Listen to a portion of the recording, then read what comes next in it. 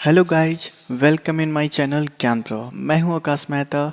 यह lecture French revolution की part third है। अगर आप पार्ट वन और पार्ट टू नहीं देखे हैं तो ज़रूर देख लें। चलिए अब हम लोग इस चैप्टर को प्रोसीड करते हैं।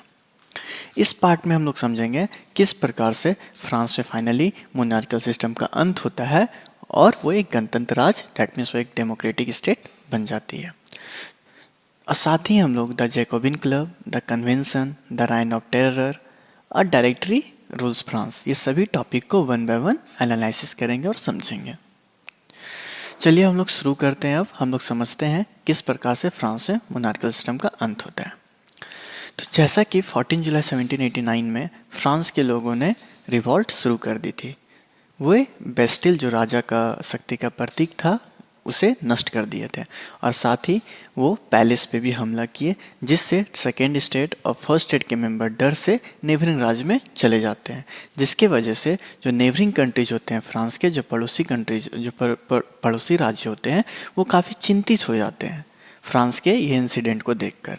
अब वो एक प्लान बनाते हैं, क्यों ना हम एक सेना को टुकड़ी को भेजकर ये जो इंसिडेंट फ्रांस में चल रहा है 1789 से, उसे ख़त्म किया जाए। मगर वो ऐसा करते उससे पहले ही नेशनल असेंबली ने वार डिक्लेयर कर दिया पर्सिया और ऑस्ट्रिया पे अप्रैल 1792 में, जिससे वे लोग को बुरी तरीके से हार होती है, क्योंकि फ्रांस के सिटीजन सैकड़ों की संख्या में आर्मी में ज्वाइन होते हैं और वो अपने देश के लिए लड़ते हैं। और साथ ही फ्रांस में नेशनलिज्म, दैट इज़ देशभक्ति की भावना जगाने के लिए पोएट रॉगेट डिसली ने एक नेशनल सॉन्ग लिखी, पैट्रियोटिक सॉन्ग लिखी, देशभक्ति गीत, जिसका नाम था मैर्सिलेज।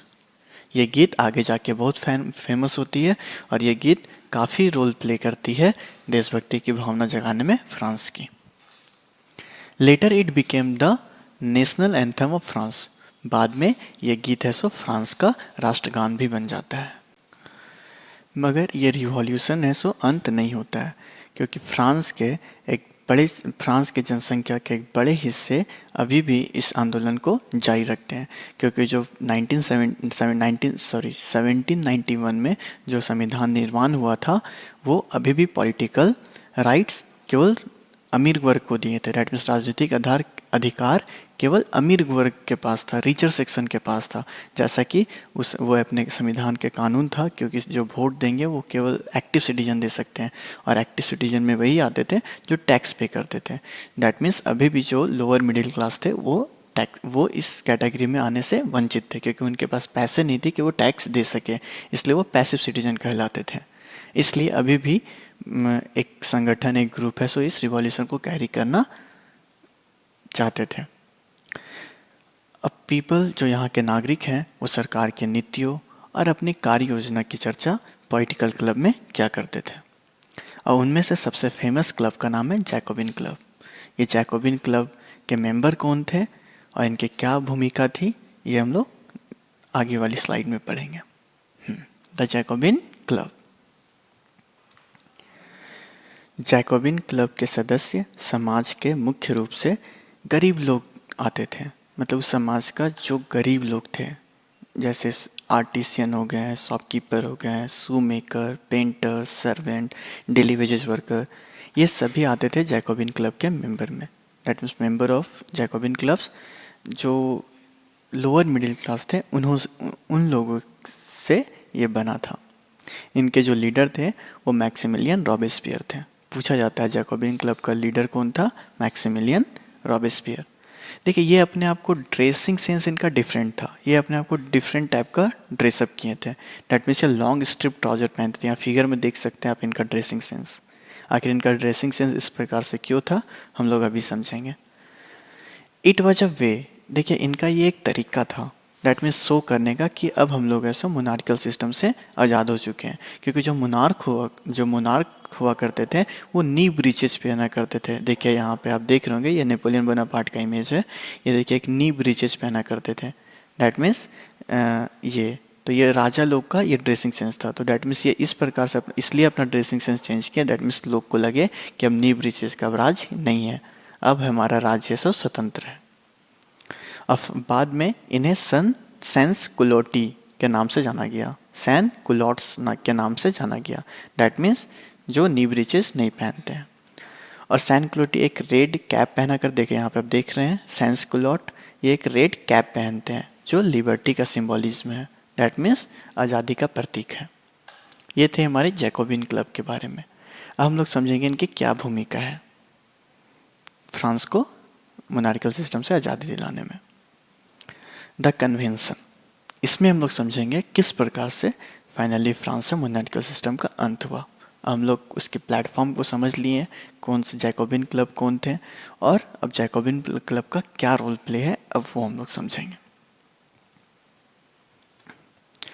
10 अगस्त 1792 में जैकोबिन्स बड़ी संख्या में पार्सियन के साथ द पैलेस ऑफ ट्यूइलरीज पर हमला कर दिया। अब बाद में असेंबली ने मतदान किया कि राजशाही लोगों को भी कैद किया जाए, imprison the royal family.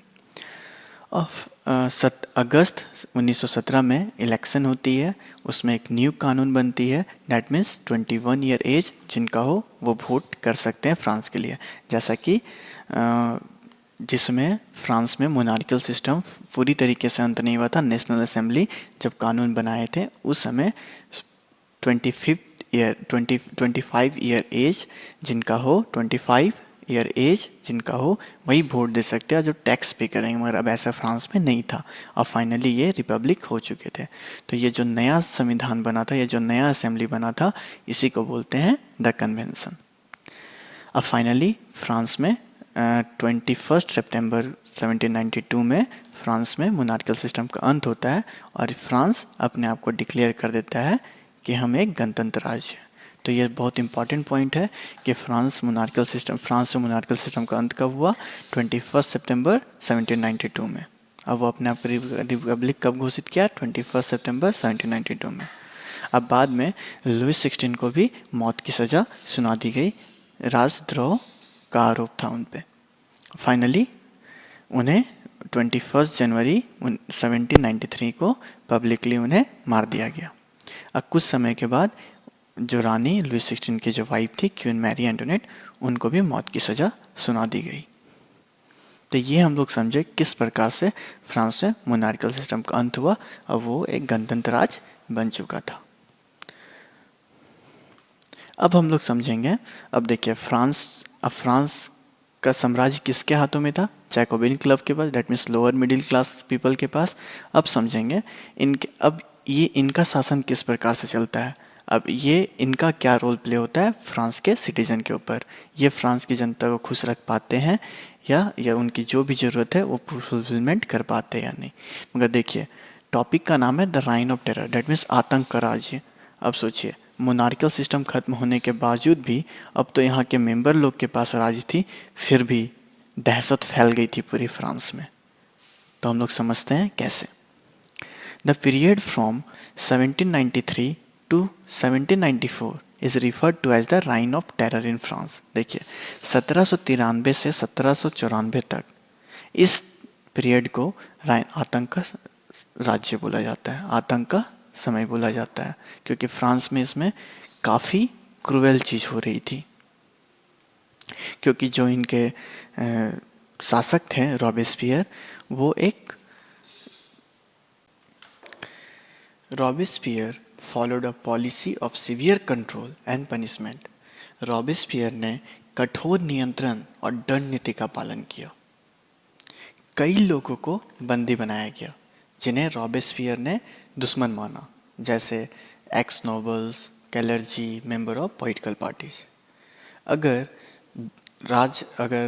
Court के द्वारा अगर इन्हें दोषी पाया गया तो इन्हें गुलेटाइन कर दिया जाता था।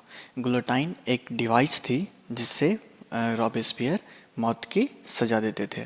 जैसे आप यहाँ इस फिगर में देख रहे होंगे, ये यहाँ पे क्या होता था कि जो भी दोषी हुआ करते थे उन्हें यहाँ पे लेटा दिया जाता था और इसमें एक ब्लेड लगा हुआ करता था। वो ब्लेड ऊपर से गिरता था जिससे सर कट के बॉडी से अलग हो जाता था। आप यहाँ पे देख रहे होंगे किस प्रकार से एक सर को हाथ में लिए हुए। तो जिससे फ्रांस में काफ़ी दहशत फैल गया था। इनकी जो कठोर नीति थी, इनकी जो कठोर पनिशमेंट थी, जिससे फ्रांस के लोग काफ़ी डर रहे थे, क्योंकि कोई ये रॉबेस्पियर जिन्हें भी दोषी मानते थे, चाहे वो क्यों ना उनके दल के ही लोग क्यों ना हो, उससे भी वो ग्लोटाइन कर देते थे। जिनसे इनका काफ़ी नकारात्मक विचार पूरे फ्रांस में फैल रहा था।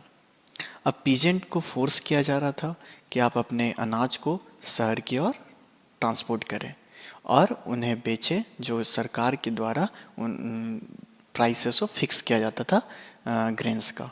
उन सरकार के अनुसार ही जो प्राइस फिक्स किया जाता था उसी के अनुसार किसानों को बेचना पड़ता था। इससे किसान को काफ़ी लॉस होता था, जो एक कारण था लोगों को, फ्रांस को इस समय का पीरियड को राइन ऑफ टेरर बोलने का, आतंक का राज्य बोलने का। यही सब रीजंस थी। अब फ्रांस के पीपल को फोर्स किया जा रहा था डी गलिट खाने के लिए। डैट मीन्स जो एक गेहूं का एक रोटी बना हुआ होता था, मोटा सा, पूरे गेहूं का बना हुआ होता था, मोटा सा। डैट मीन्स हम लोग बोल सकते लिट्टी जैसा। डैट मीन्स उन्हें खाने को भी ढंग से नहीं मिल रहा था। और सर और मैडम की जगह पर अब फ्रांस के सभी पुरुषों और महिलाओं को सिटीजन कहा जाता था। डैट मीन्स फ्रांस के नागरिक। अब चर्चेस को भी बंद कर दिया गया था और उनके इमारतों, उनके बिल्डिंग्स को कन्वर्ट कर दिया गया था बैरक्स। बैरक्स में सेनाओं के लिए घर या और ऑफिसेस, डैट मीन्स कार्यालयों में तब्दील कर दिया गया था। अब रॉबेस्पियर फ्रांस का एक तानाशाह बन चुका था, काफ़ी सख्त तानाशाह बन चुका था। अब इनकी जो कठिन या इनकी जो कठोर जो नीतियाँ थी, जिनके कारण जो इनके खुद के जो सपोर्टर थे वो अब इन्हें अंत में छोड़ देते हैं। और फाइनली जो कोर्ट होता है इन्हें भी दोषी पाते हैं और इन्हें भी जुलाई 1794 में सो ग्लोटाइन कर दिया जाता है। डैट मीन्स ये जो डिवाइस, जो ग्लोटाइन मशीन बनाए थे, फाइनली उन्हीं इसी से उनका अंत कर दिया जाता है। अब लास्ट टॉपिक है हमारा इस लेक्चर का, डायरेक्टरी रूल्स फ्रांस। अब इसको हम लोग समझते हैं। जैसा कि हम लोग देखें किस प्रकार से जैकोबिन क्लब का पतन हुआ। अब जैसे जैकोबिन क्लब का पतन हुआ उसके बाद जो फ्रांस के जो रिचर मिडिल क्लास फैमिली थे, जो richer middle class family member जो बिलोंग करते थे, उन्होंने सत्ता को अपने हाथ में ले लिया था। अब उन्होंने एक नया संविधान लागू किया जिससे जिनके पास प्रॉपर्टी नहीं हो वो टैक्स, जिनके पास प्रॉपर्टी नहीं हो उन्हें वोट देने का अधिकार नहीं हो।